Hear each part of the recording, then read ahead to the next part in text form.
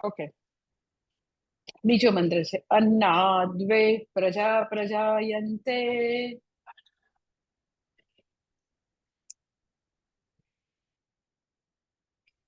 યાસ્ય કાસ્ય પૃથ્વી ગુંષિતાઃ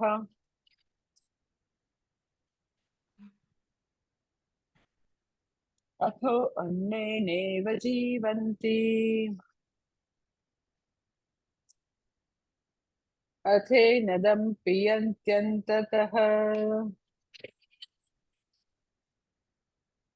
अन्नगुं हि भूतानां ज्येष्ठम्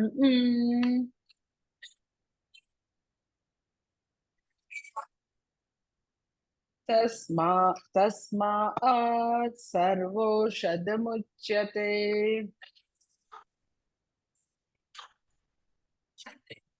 सर्वं वेत्तेनमाप्नुवन्ति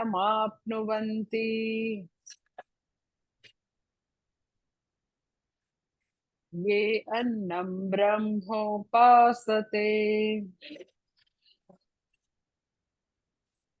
अन्नगुं हि भूतानां ज्येष्ठम्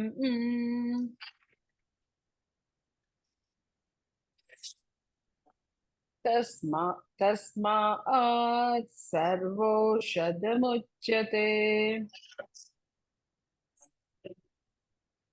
सौरभ एक मिनिट अन्नात् भूतानि जायन्ते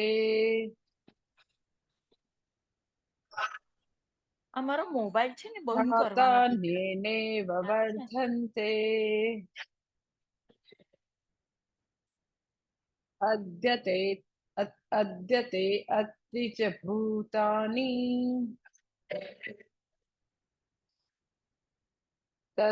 तस्मादन्नं तदुच्यत इति। અહીંયા બીજો મંત્ર પૂરો થાય છે. ઓકે, અને આપણે પહેલો મંત્ર છે એનું થોડું થોડું નહીં, એનું ઘણું બધું ભાષ્ય આપણે જોઈ અને પેલા કરી લીધું હતું, અને સ્વામીજીએ બી એ છે આપણને ભાષ્ય જે છે એ મંગલાચરણમાં આપણને કરાવ્યું હતું. તો એ હું ખાલી એકવાર બોલું છું, તમે રિપીટ કરજો. એ આપણે આ જે મંત્ર બોલ્યા એનું ભાષ્ય છે. ઓકે, બીજા મંત્રનું અને આ કરી લીધું છે, મેં બી કરાવ્યું તો સ્વામીજીએ કરાવ્યું તો જસ્ટ ભાષ્ય વાંચી લઈએ. अन्नाद्रशादि भाव परिणतात् આ બુક છે ને એનો પેજ નંબર 109. હા, 109 સૌથી ઉપર.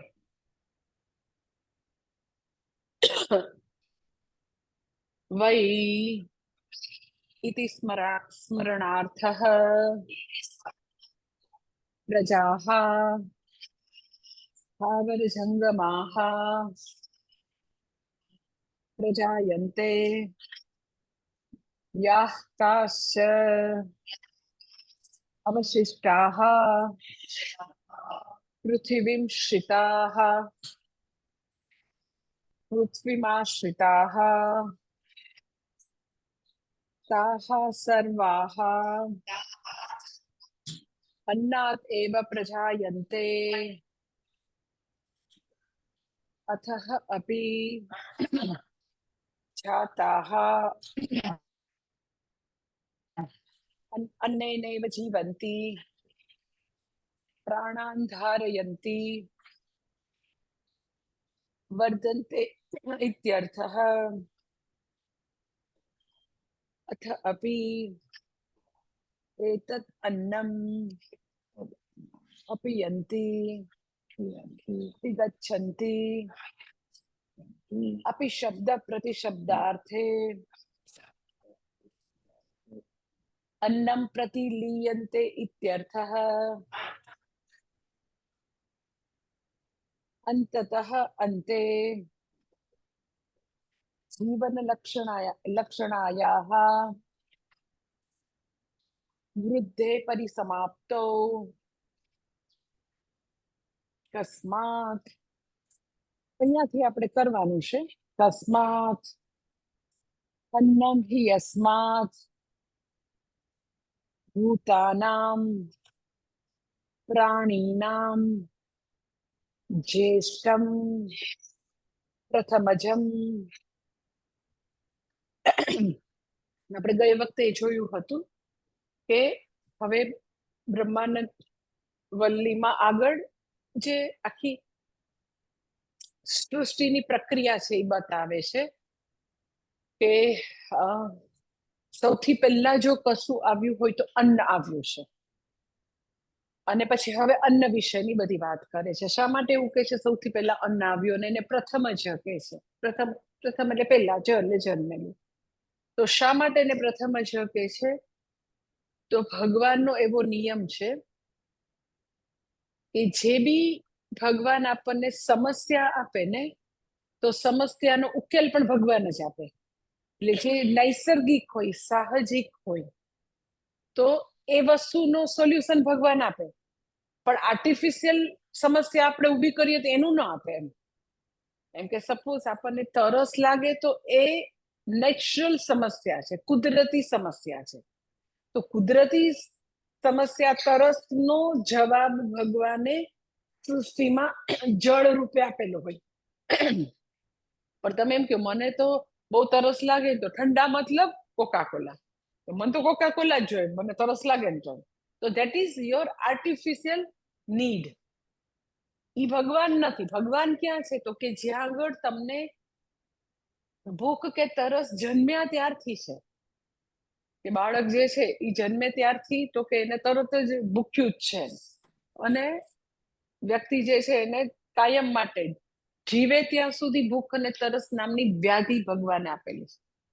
એને વ્યાધિ કે, વ્યાધિ એટલે રોગ. જો ભૂખ અને તરસ નામનો રોગ નો આપ્યો હોત તો આપણે કેટલા ફ્રી હોત. એટલે આમ કે પેટ કરાવે બેઠ.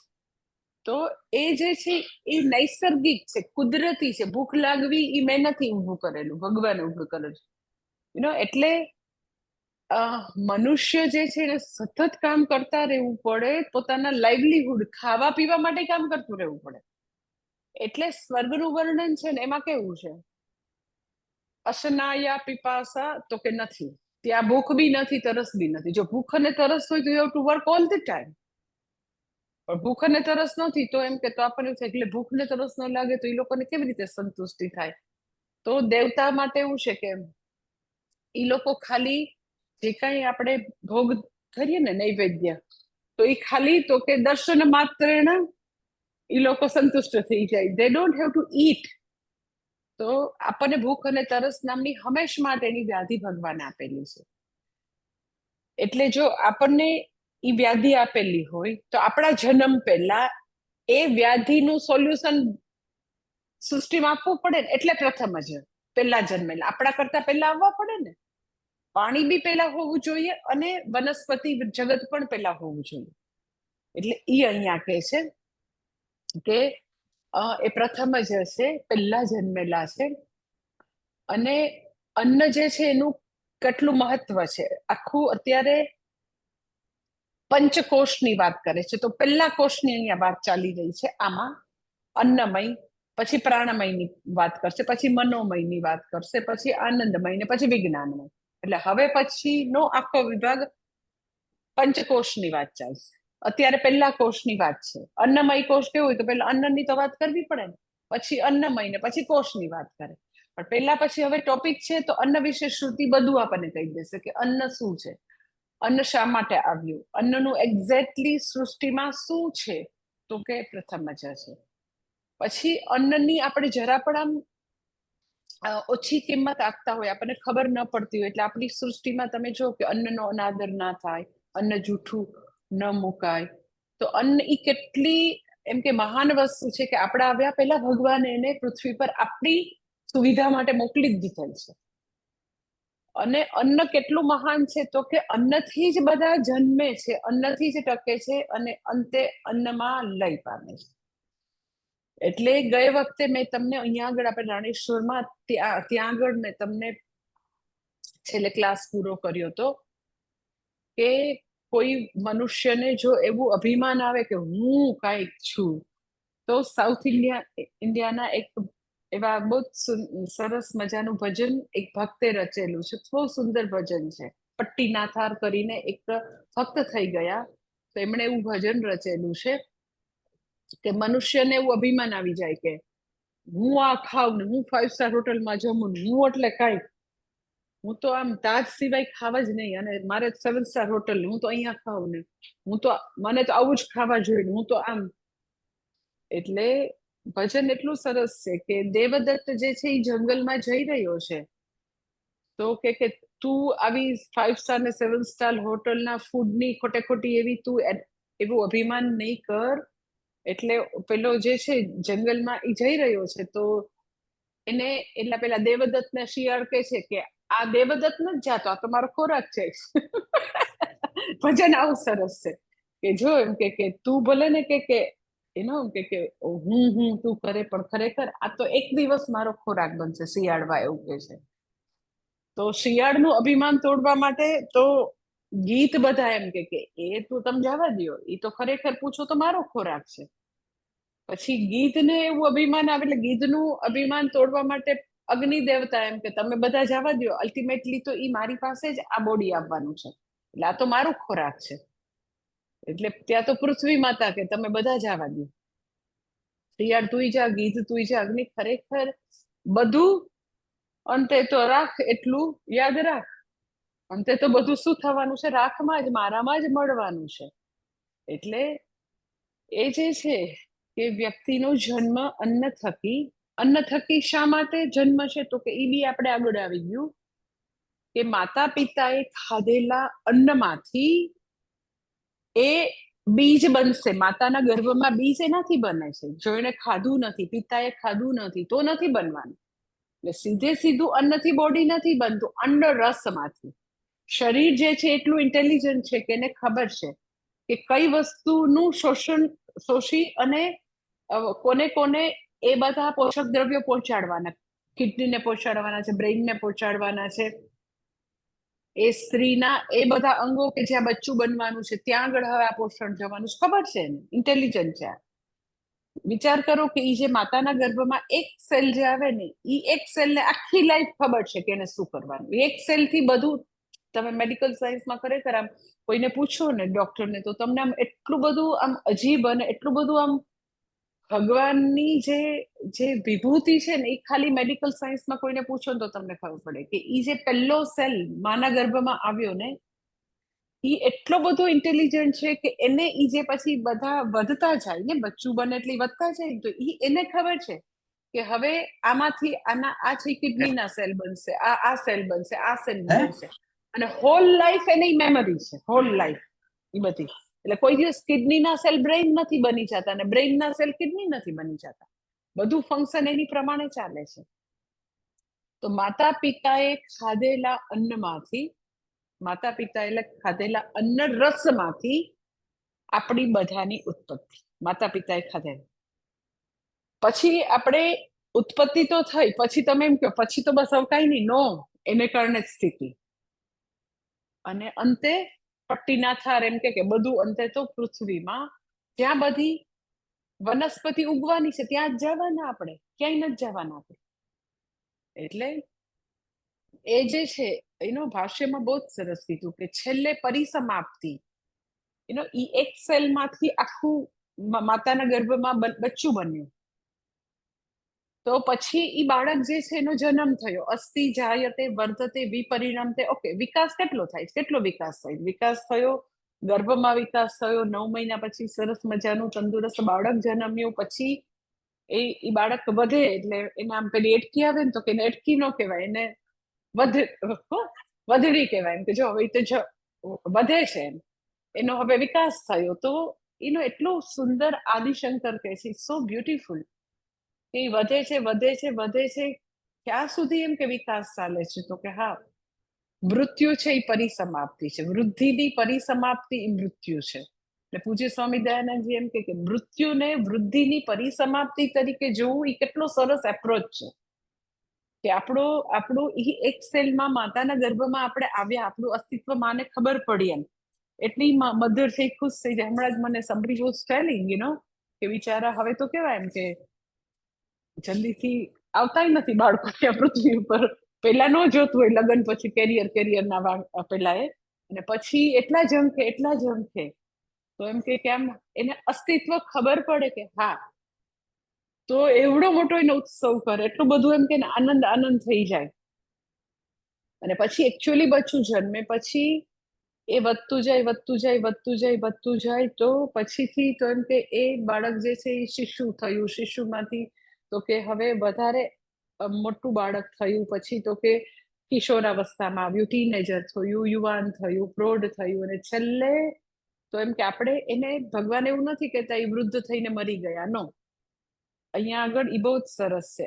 અંતતઃ ભાષ્યમાં અંતતઃ અંતે જીવન લક્ષણાયા વૃદ્ધે પરિસમાપ્તો. મૃત્યુ જે છે એ વૃદ્ધિની પરિસમાપ્તિ, બીજું કાંઈ નથી. એના માટે એમ કે ભયંકર દુઃખી થવાની જરૂર નથી. વૃદ્ધિની પરિસમાપ્તિ જે છે, હવે એમ કે ઈ એક સેલથી વૃદ્ધિ શરૂ થઈ અને પછી પરિસમાપ્તિ એટલે શું, તો કે હવે ઈ પૂરું ક્યાંથી થયું, તો કે એ વૃદ્ધિની પરિસમાપ્તિ ઈ તો કે ડેથ છે, બીજું કાંઈ નથી. એટલે મૃત્યુને જોવાનો આટલો સુંદર એપ્રોચ ખાલી આદિશંકર જ આપી શકે, એટલું સરસ. એટલે વ્યક્તિ જે છે એનો જન્મ તો કે અન્નથી, સ્થિતિ તો કે અન્નથી, અને છેલ્લે તો કે અન્નમાં ભળી જાય. અને પછી પૂજ્ય સ્વામી દયાનંદ એક બીજો બે વખતે મેં તમને કીધું કે બહુ જ સરસ એક વસ્તુ કીધી હતી કે એનો અન્નમાંથી આપણે આવ્યા, માતા પિતાએ અન્ન ખાધું એમાંથી આવ્યા, ને છેલ્લે એ જે પૃથ્વી છે એનાથી જ અન્ન છે, પૃથ્વી રૂપ આપણે એમાં અન્નમાં ભળી ગયા. એટલે ભગવાન જે છે એને બહુ બધી રીતે જોઈ શકીએ. ભગવાનના જે ઐશ્વર્ય, એના ગુણ, એનું બધું જે છે એને કેટલી રીતે જોઈ કે ભગવાન તો કૃપાનિધિ છે, કરુણા સાગર છે, ભગવાન તો સૃષ્ટિ સ્થિતિ લય કરતા શક્તિમાન. ભગવાનના જે જોવાની એક બીજી રીત છે કે એ સૌથી મહાન રિસાયકલિસ્ટ છે. કે આપણે બધા કેવા હોય કે આપણે તો નહીં, પણ ભારત દેશ તો નહીં, પણ એટલે પશ્ચિમના દેશવાળા, અમેરિકા, એટલો બગાડ કરે. વેસ્ટની સંસ્કૃતિ છે, બગાડની સંસ્કૃતિ. ત્યારે આપણે તો ભારતવાળા તો બિચારા બહુ સારા, બધે જુગાડ કર્યા જ કરે. અને એમ કે પેલા પાછા વળી વોટ્સએપમાં બધા મોકલ્યા કરે કે આ ખાલી ડબ્બો છે તમારે, પેલો બિસ્લરીની બોટલ છે, એમાં આવી રીતે મની પ્લાન્ટ વવાય. એટલે બિચારા ભારતના લોકો બગાડ નથી કરતા, એટલે રિસાયકલ કર્યા કરે ભારતના લોકો, એક પણ વસ્તુનો લગભગ બગાડ ના કરે. તો ભગવાનને જોવાની એક બીજી આ સરસ મજાની રીત છે. એન્વાયરમેન્ટ વાળાના કહેવાની જરૂર છે કે ભગવાનથી મહાન રિસાયકલિસ્ટ એક કંઈ નથી. કે આપણો જ્યારે જન્મ થાય અને છેલ્લે આપણી એમ કે આટલી વૃદ્ધિ છે, તો છેલ્લે પરિસમાપ્તિ ક્યાં થઈ, તો કે પૃથ્વીમાંથી આવ્યા ને પૃથ્વીમાં ભળી ગયા. તો ભગવાન આવી રીતે સતત યુ કેન સે ક્યાંય બગાડ નથી કરતા. જે વિજ્ઞાન હંમેશા એમ કે નવી ઉર્જા ક્યારેય ઉત્પન્ન નથી થતી. જે ઉર્જા જે છે એ જુદા જુદા શક્તિ છે, જુદા જુદા ફોર્મમાં હંમેશા કન્વર્ટ થયા કરે.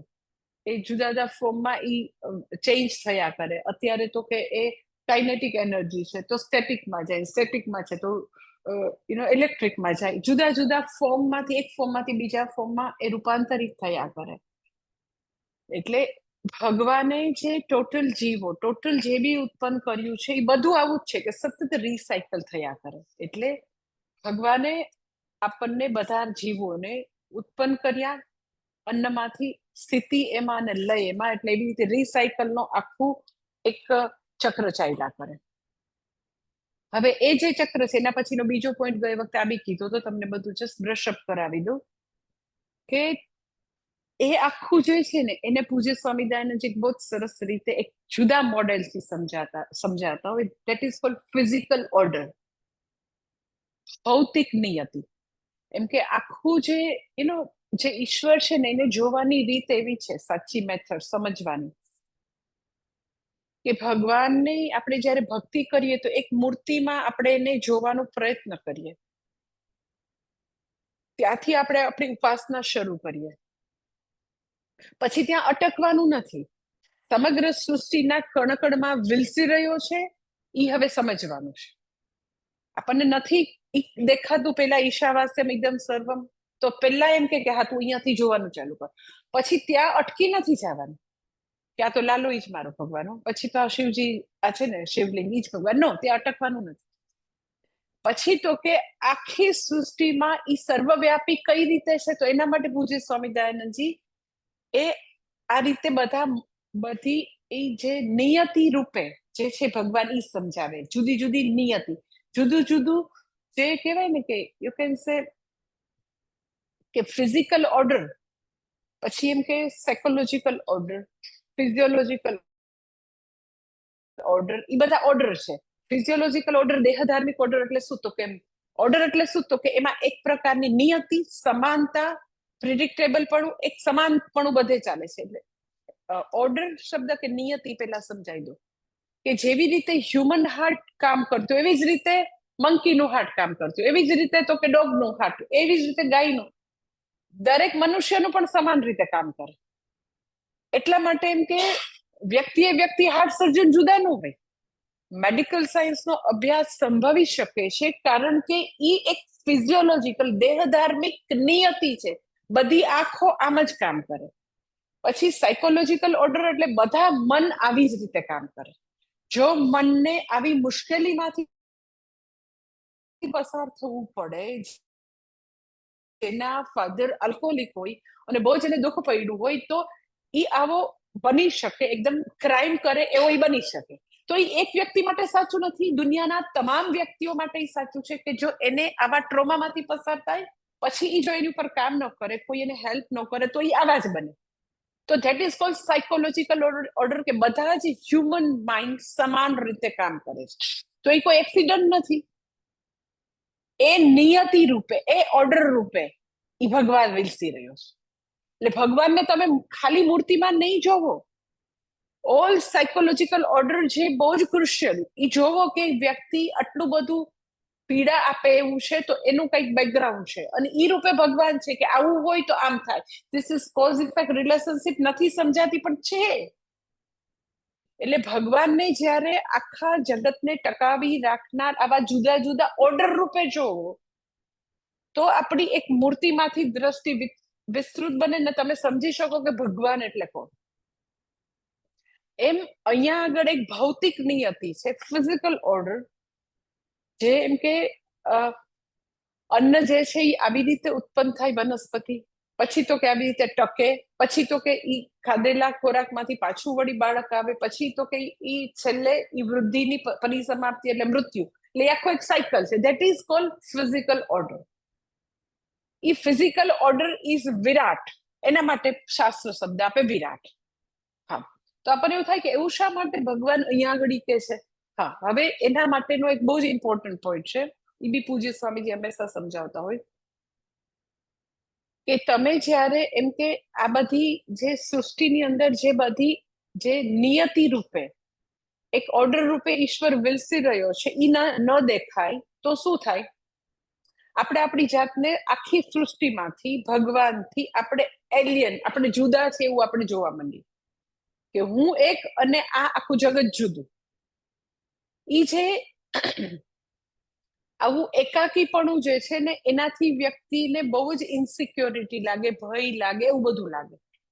હું ઈશ્વર સાથે એક છું, પણ કેવી રીતે એક છું, તો કે ફિઝિકલ ઓર્ડર, જે મારું ભૌતિક શરીર જે છે એ ટોટલ વિરાટ જે છે એ ફિઝિકલ વિરાટ પુરુષ એટલે શું, જેટલા પણ ફિઝિકલ બોડી જે છે એ ટોટલ બધા ફિઝિકલ બોડી જેટલા બી, એ મારું શરીર હોય કે સિંહનું શરીર હોય કે કીડીનું કે બ્રહ્માજીનું કે ઇન્દ્રનું, કોઈ બી શરીર, એ બધા શરીરો જે છે ધેટ ઇઝ એને ટોટલ ને સમષ્ટિને શાસ્ત્ર એક નામ આપ્યું, ધેટ ઇઝ વિરાટ.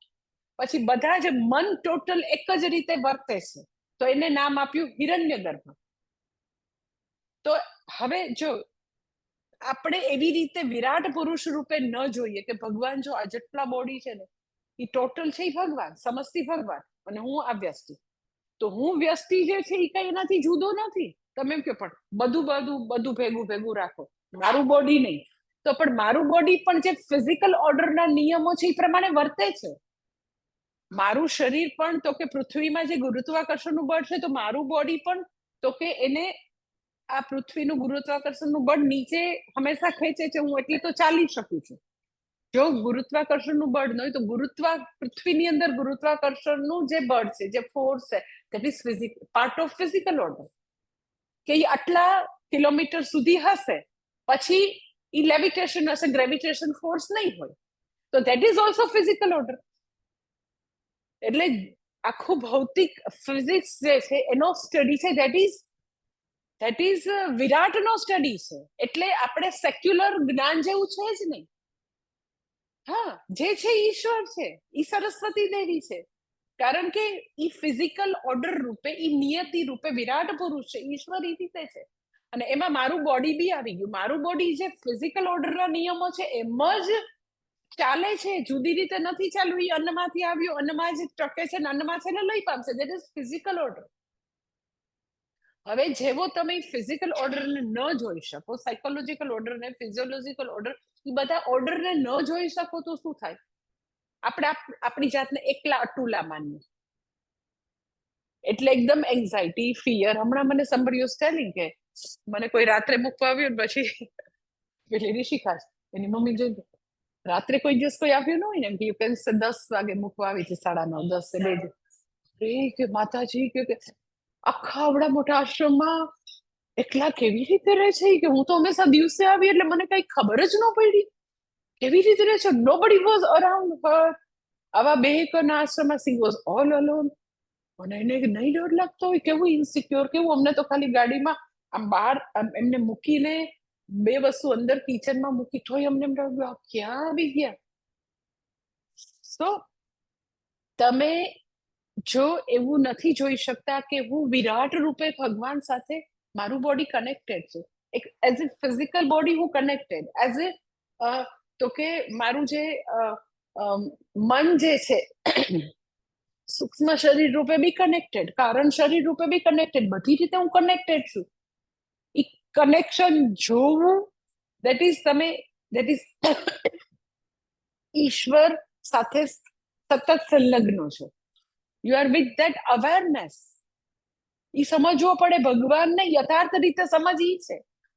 ખાલી મૂર્તિ જે છે એ બિગિનિંગ છે, ત્યાં અટકવાનું નથી. ત્યાંથી આગળ આપણી દ્રષ્ટિ આમ વિશાળ બનવી જોઈએ.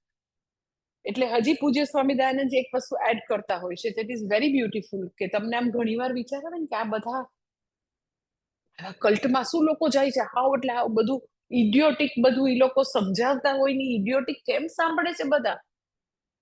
તો રીઝન ઇઝ બરાબર સાંભળજો કે everybody has that feeling of alienation. હું આ ટોટલ થી પેલી ઋષિકા ઉતારીને આવી તો ઈ શું છે? આપણે એકાકી છીએ, એકલતા છે, કોઈ નથી, નિર્જન. That is alienation, sense of alienation. અલગ છું.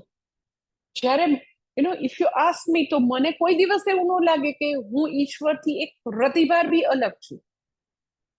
જે સમગ્ર સૃષ્ટિરૂપ ઈશ્વરનો ખોડો છે એમાં જ હું છું. ઈ મને ઈ 24/7 ઈ સમજ અને અનુભૂતિ બે હોય, અન્ડરસ્ટેન્ડિંગ બી છે ને ઈ હું અનુભવ બી છું કે આઈ એમ નેવર એલિયનેટેડ ફ્રોમ ભગવાન. ક્યારેય હું એનાથી જુદી નથી. તો બીજું છે જ નહીં.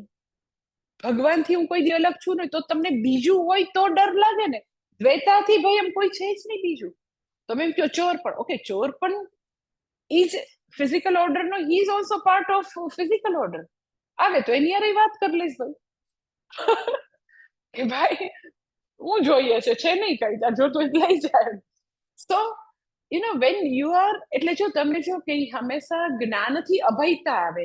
દૈવી સંપત્તિમાં સૌથી પહેલા અભયમ સત્વસમ શુદ્ધિ શું કામ આપ્યું?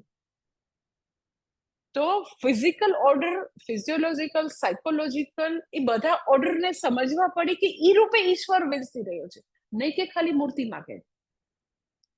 તો એ જે એકાકીપણું છે ને, એનાથી લોકોને બહુ જ તકલીફ થાય. એટલે આવા કલ્ટવાળા છે ને, ઈ લોકોને એમ કે you are part of this big institute. જ્યાં આગળ તો કે નરેન્દ્ર મોદી આવે, જ્યાં આગળ તો કે પછી તો નીતા અંબાણી આવે, જ્યાં આગળ તો બિલ ગેટ્સ પછી ઈ ભૂતકાળમાં જમવા આવતો હતો. એટલે આમ એટલું નેમ ફેમ અને એટલો બધો પૈસો બતાવે, એટલી glamour and glory. We are part of this big thing. મને એકલતા લાગે છે એટલે એમ કે આવા નાનકડા આશ્રમના 15 જણામાં મારી એકલતા દૂર ન થાય. સમજો તમે બરાબર? એમ કે મને મારી એલિયનેશન પણ દૂર કરવું છે તો મને એવું થાય કે હું એનો પાર્ટ બની જાઉં ને એટલે હું મહાન, મારું એકલતા પણ જતું રહેશે, એલિયનેશન. પરંતુ અનફોર્ચ્યુનેટલી એવું કદી નહીં થાય. ઈ વ્યક્તિ ત્યાં જાય તો એને ટેમ્પરરી થોડી એમ કે સારી ફિલિંગ આવે. પછીથી જે અજ્ઞાની છે, જે ઇન્સિક્યોર છે, જે આવો બિચારો હજી એટલો ફિયરફુલ છે, એનું તો એવું ને એવું રહેવાનું. ખાલી બધાને એમ કેતા ફરે કે પછી તો અમારા ફલાણા બાપજી ઢીકણા માતાજી ઢીકણા ફલાણા ઈ તો આવા હો આવા. પણ એ ગમે તેટલા મહાન હોય, તમે ભગવાનની સામે પણ કેમ અર્જુનની જેમ બેઠા નથી? તો બી જ્યાં સુધી હું અપૂર્ણ છું, હું દુઃખી છું, એ નહીં જાય ત્યાં સુધી તમે ભગવાનની બાજુમાં બેસો તો પણ તમે દુઃખી છો તો દુઃખી જ છો. અર્જુનને ભગવાનની સાથે સતત 24/7 70 વર્ષ હતો, 1-2 વર્ષ નહીં. તો એ લોકો એના બાપજી ફાપજી નરેન્દ્ર મોદી ગમે તેની હારે હોય, એ લોકોને એનાથી બહુ જ આનંદ થઈ જાય કે પછી તો 10 કરોડનું અમે મંદિર બાંધ્યું, પછી તો 25 લાખ લોકોને જમાડ્યા. આવું જ એ લોકો વાતો કરતા. તો એની બિહાઇન્ડ ધીસ અંડરનીથ ધીસ એલિયનેશનની ફિલિંગ, એ ફિલિંગ દૂર કરવાનું પ્રોમિસ, એ ગ્લિટરિંગ, એ સોકોલ, એ જે વેપારીઓ છે, જે સોકોલ સ્પિરિચ્યુઅલ લોકો છે, જે વેપારીઓ છે આચા, એ લોકો એવું પ્રોમિસ આપતા હોય. એટલે બહુ બધા લોકો જાય છે તો એનું કારણ આ કે એ લોકો પોતાનો ફંડામેન્ટલ પ્રોબ્લેમ સમજ્યા નથી. એટલે બિચારા ઘેટાના ટોળાની જેમ કોઈ ઝીરો થિંકિંગ, એટલે એ લોકો જોડાય. પણ જવાનું સાયકોલોજીકલ સાચું રીઝન આ છે કે ઈ મને એલિયનેશન થી, ભગવાનથી એલિયનેશન છે, એનાથી છૂટવું છે અને મારે એક્ય જોવું છે. પણ ત્યાંથી એક્ય નથી મળવાનું, એને નથી ખબર. કારણ કે જે વ્યક્તિ બેઝિકલી વ્યક્તિત્વમાં પરિવર્તન ન આવે, વ્યક્તિ પોતે રાગ દ્વેષ કામ ક્રોધથી ભરેલી છે, ઇન્સિક્યોર છે, બેઝિકલી એ વ્યક્તિમાં પરિવર્તન આવવું જોઈએ તો એ વ્યક્તિ જે છે એ સુખી થાય. તો વ્યક્તિમાં પરિવર્તન તો જ આવે જો પોતાની જાતને જાણે, હું કોણ છું, મારું સ્વરૂપ શું છે, મારું ને ઈશ્વર સાથેનો સંબંધ શું છે, મારો ને સૃષ્ટિનો સંબંધ, એ જાણવું પડે. એના માટે ભણવું પડે.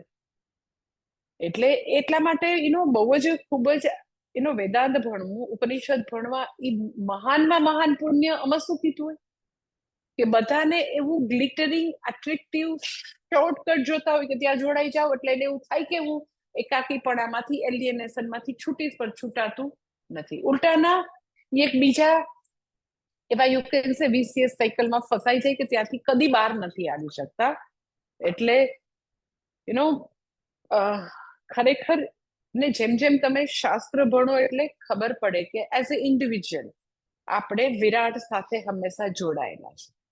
આપણે સ્થૂળ શરીરથી વિરાટ સાથે, પછી આપણે પ્રાણથી તો કે આપણે સૂત્રાત્મા સાથે, સમષ્ટિ પ્રાણ જે છે, સમષ્ટિ ટોટલ એને સૂત્રાત્મા કે, અને સમષ્ટિ મન જે છે એને હિરણ્ય ગર્ભ કે.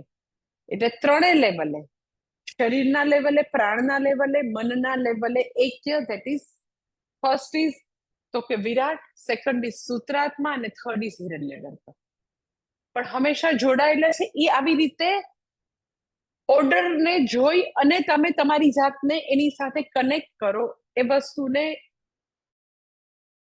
ઇમ્બાઇબ કરો તો તમારું એલિયનેશન જતું રહે. એટલે જસ્ટ આ તો તમને ખ્યાલ આવે કે બધાને બહુ પ્રશ્ન થાય કે આવું કેવી રીતે છે, કેવી રીતે છે, એ લોકો કેમ એટલા જોડાય, કેમ કેટા. પણ this is to remove this alienation. અને એવી રીતે થવાનું નથી. હું એ માય સ્વનું, આત્માનું જ્ઞાનથી જ એલિયનેશનથી દૂર થવાય. પછી આગળ કે છે, આપણે જોયું કે ભાષ્યમાં જે છેલ્લું વાક્ય, એટલે આ ભાષ્ય આપણું આજે પૂરું કરીએ. જે છેલ્લું વાક્ય આપણે જોયું ને કે કસ્માત પછી જોયું ને, એ હવે કરી લઈ. હવે અહીંયાથી એકચ્યુઅલી શરૂ થાય છે, પણ એ છેલ્લું કરી લઈએ, મોડું થઈ ગયું પણ કરી લઈએ કે અન્નમ હિ યસ્માદ ભૂતાનામ પ્રાણીનામ જ્યેષ્ઠમ પ્રથમજમ. અહીંયાથી આપણે કરવાનું છે, જે હવે હું લઉં છું. હવે એટલા માટે અન્નને પ્રથમ જ કે છે, પહેલા જન્મેલા કે છે. કારણ કે આપણે જો જોઈએ છે, આપણે પૃથ્વી પર આવીએ, આપણે અને બધા જીવો જે કોઈ એ આવે એની પહેલા ભગવાને સોલ્યુશન રૂપે અન્ન મૂકેલ છે, અને પ્રથમ જ કે છે, અને જ્યેષ્ઠ કે છે. આપણે પેલામાં જોયું ને,